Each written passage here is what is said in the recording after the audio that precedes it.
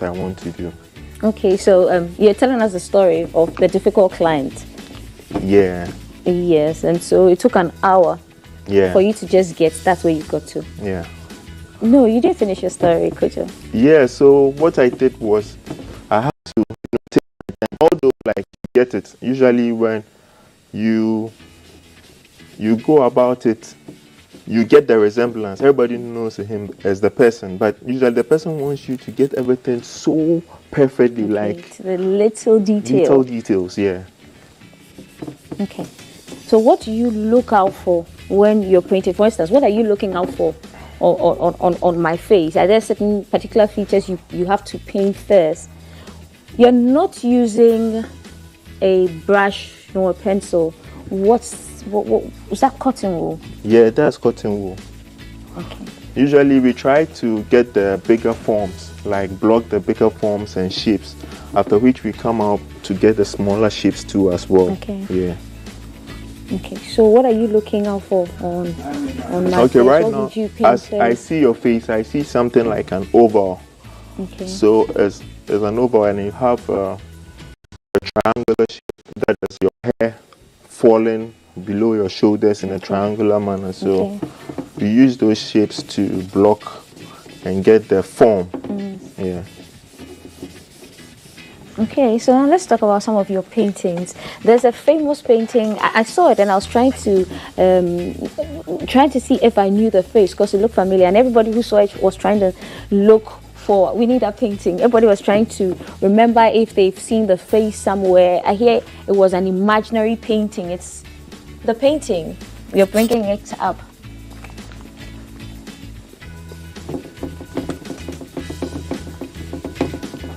So we're pulling up a painting from Kojo Odoku. He'll probably speak to it.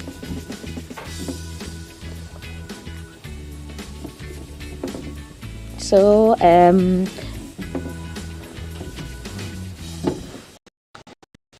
so I can see what would you call this? Is it a silhouette, or this is a beginning of a painting? There's actually masses of tone. Right. Yeah. Okay. That I'm trying to use to block the form. For somebody like me, I don't really understand what masses of tone, what it means, Kojo. What does it mean? Oh, it's actually, I see it coming out nicely. It's actually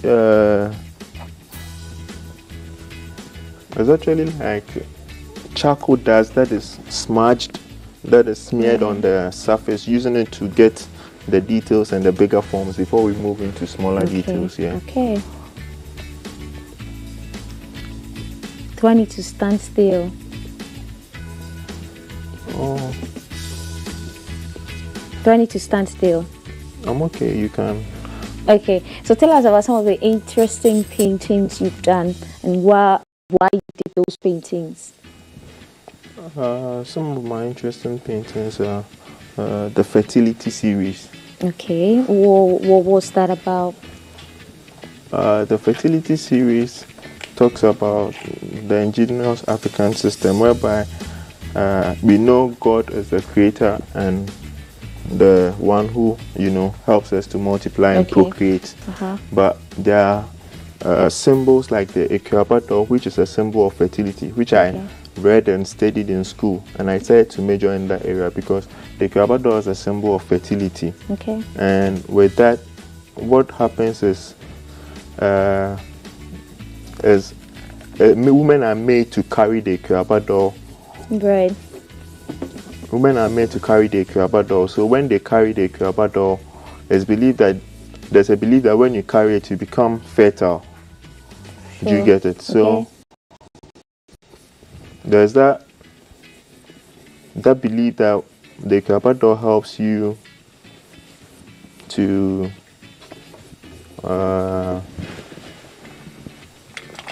it helps the woman to be fertile. Yeah. Okay. Yeah, so I inculcated that into my painting as a symbol of fertility. So the title of the work is Fertility, means fruitfulness, yeah. Okay. And with this particular one... This is the painting. Yeah, with this particular one, The title is Gold from the Mud.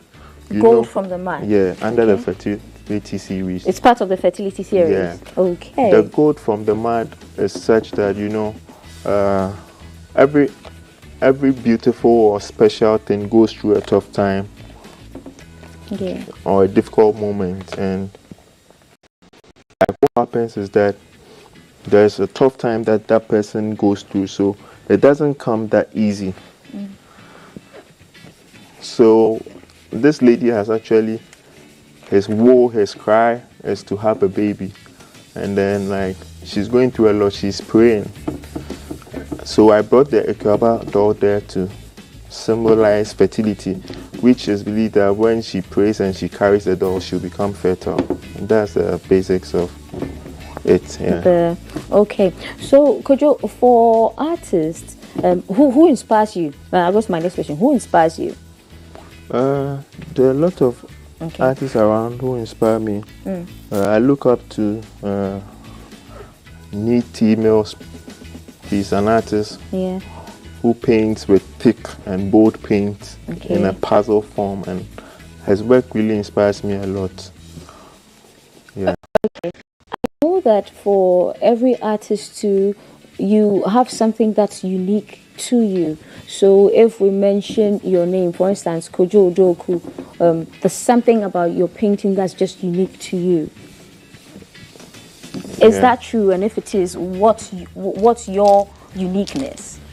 Actually, my area, as I said, is portraiture. So I use the Ekwaba doll, and that's what I'm trying to put out there with the symbol of the Ekwaba doll in my paintings. It makes you realize that this Kojo, because Kojo is the one who paints portraits of women with the Ekwaba doll, or figurative stuff with the Ekwaba doll. Yeah. Okay, so for instance, this portrait that you're making now, when you're done, apart from putting your signature on there, is there going to be an element of the Ekwaba doll in there? How would I know? How would somebody pick it and know this is your painting? No, this is actually a portrait. As a portrait of you, and you have your elements and you have your unique way of like presenting yourself. So when I look at it, I kind of try to put some elements there, like with the smudges. I usually blur the edges when I'm doing charcoal. I don't try to refine it so much. Okay. So for you, for your paintings and your portraits, it's the texture, is it? Yeah. Okay. Microphone. So I'm trying to get the features. Yeah. So okay. Do you have an idea of the number of paintings, portraits you've painted? No, I didn't keep count, but I think it will be about in hundreds, Because I've done a lot, Okay, so above 500, you think? No, I won't reach 500. Okay, so what's the most interesting painting you've ever done, or you're yet to do that painting? I don't actually classify myself as having the best or interesting painting. I actually leave it to people to judge, because sometimes you paint and you feel like you like this painting, but somebody might see it and say, no, this not. But you have to believe in yourself, though. Yeah. Okay, so for instance, the way probably a singer would want to have a particular collaboration with a particular artist to know that maybe they've reached their peak. For you, what would it mean for you, or what feat would you achieve for you to know you've reached your peak, or for you to say you've reached your peak? Or will there ever be that time?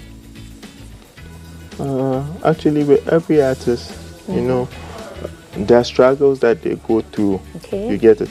Some of us are artists. People know us to be artists. Like, our name is not out there yet in a very broad sense, but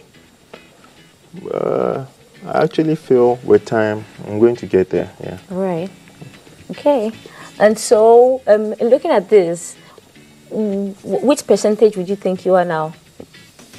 Oh, putting my face on there. Probably 60%. So yeah. 60%. Okay. So what's your price range? What was your price range like, from where to where? No, actually, I don't usually like put it out there, because you know, art is valuable. Maybe today I might do it and it might not have value, but from some years to come, the price might go up or, move higher. So usually I actually decide to, discuss with my clients, and then like I make them know that no, like this is it, this is the price. It's priceless.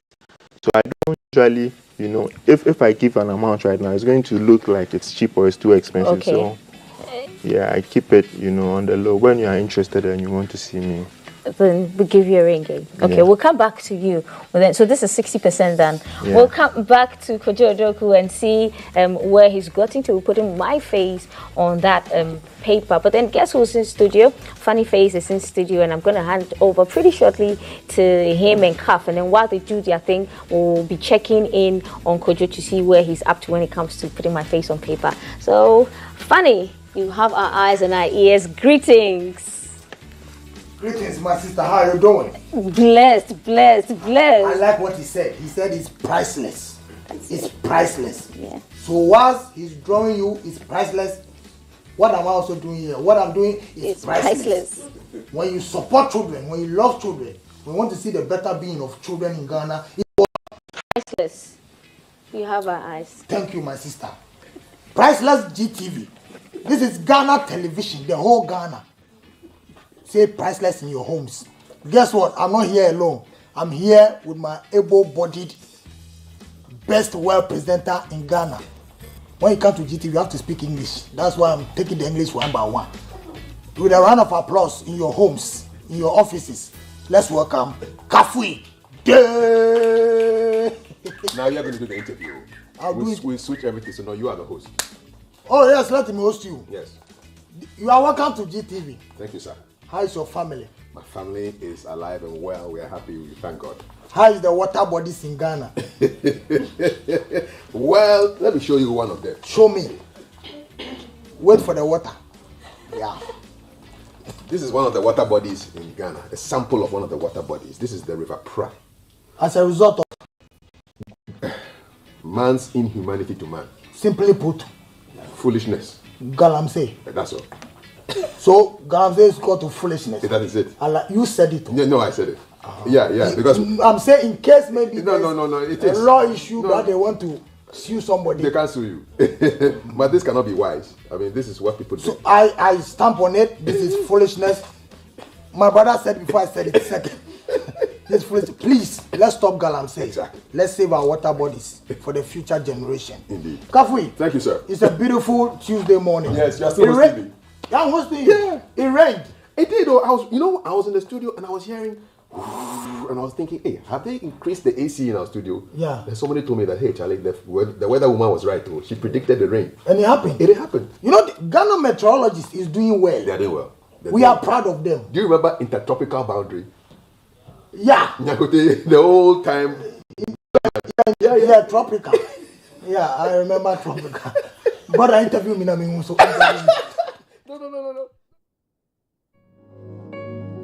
To our vacationists, our first-time travelers, our business travelers, our frequent flyers, our passionate scholars, the adventurers, the honeymooners. We welcome all our prestigious travelers. Thank you for flying Rwandair.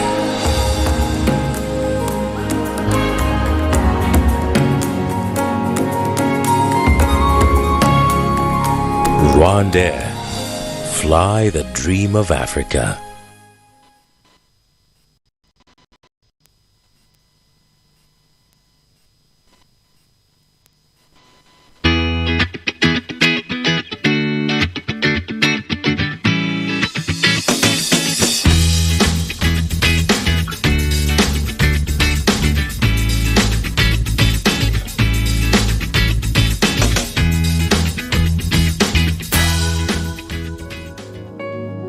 To our vacationists, our first-time travelers, our business travelers, Our frequent flyers